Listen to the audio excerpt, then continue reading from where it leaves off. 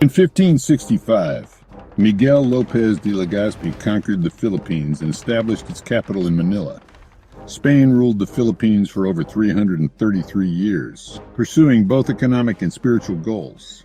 Economically, Spain aimed to find a trade route to the Moluccas that avoided Portuguese control and transformed the Philippines into a central hub for global trade. Spiritually, missionaries sought to use the islands as a base for spreading Christianity in Asia, particularly in China. While these broader ambitions fell short, the Spanish presence deeply impacted the Philippines for over 3 centuries. The Philippines, as a colony, posed financial challenges for Spain. Maintaining control was costly, but the colony's strategic position turned Manila into a global trade center, connecting Asia, the Americas, and Europe. Goods from all over the world passed through Manila, making it an essential node in international commerce.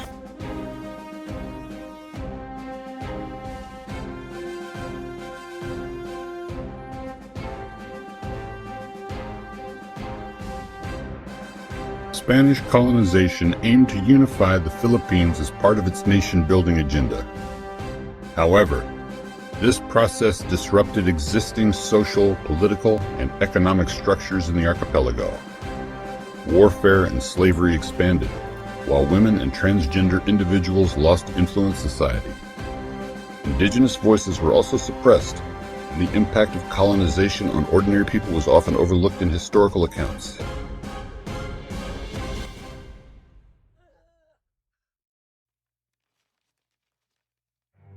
Scholars have debated whether Spanish colonization in the Philippines was more benign than in the Americas. Historian John Letty Phelan suggested that the Philippines did not experience the same demographic decline as colonies like Mexico and Peru, due to fewer Spanish settlers and reliance on missionaries for pacification. However, recent studies challenge this view. Historian Linda Newson has shown that the Philippines faced significant population losses due to warfare, Spanish abuses, and external conflicts.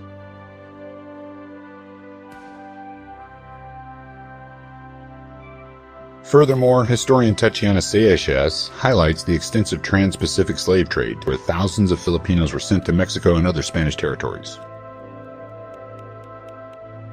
Before the Spanish arrived, the Philippines was home to diverse groups with unique customs. Nomadic communities like the Negrilos and Zambales lived in forested areas, while sedentary groups like the Bisayans and Tagalogs occupied lowland regions. These chiefdoms had hierarchical societies, with leaders called dato, freemen known as timoa, and slaves referred to as alapin. Slaves were further categorized into namamahay, household servants, and sagajilid, slaves with fewer rights.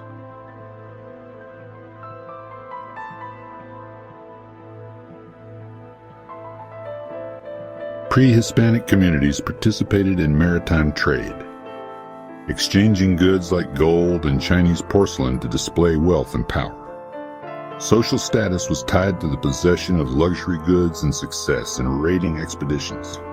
Warfare was common, as resources were abundant,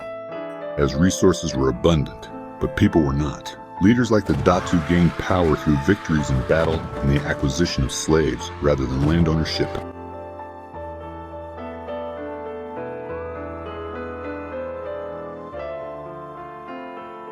Religion in pre-Hispanic Philippines was diverse and included animistic beliefs. Women and transgender men played significant roles as spiritual leaders. Transgender priests, called Baal, were respected figures who performed rituals and ceremonies. This inclusivity changed under Spanish Christianity, which marginalized these groups and replaced their roles with male Catholic priests. Islam was also spreading in the Philippines before Spanish colonization, particularly in the southern islands of Mindanao and Sulu. While conversion to Islam was still in its early stages, it influenced the culture and practices of many communities through trade and interaction with Muslim traders from Borneo.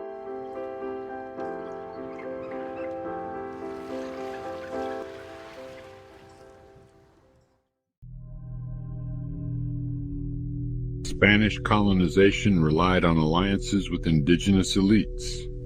Leaders like Raja Humabon allied with Spanish forces for mutual benefit, while others resisted.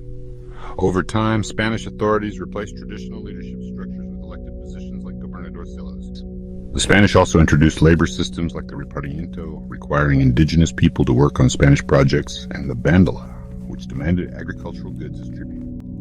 These exploitative systems led many lower-class Filipinos to join the Spanish military to escape abuses or pay off debts. Pampanga, a key region near Manila, became an important ally of the Spanish. Pampangan soldiers were instrumental in subjugating rival groups and suppressing uprisings. However, the demands of Spanish rule eventually led to revolts, such as the 1660 Pampanga revolt led by Francisco Maniago.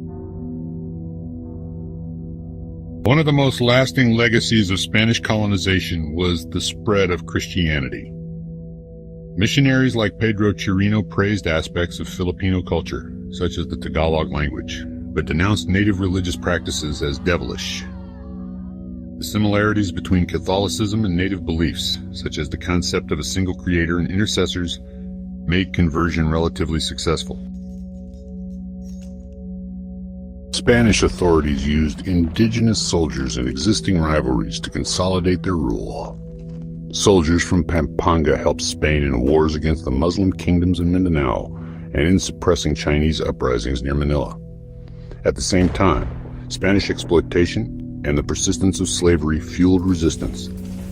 The continuation of slavery, justified by religious arguments, saw Filipinos and Muslim captives sold to the Americas.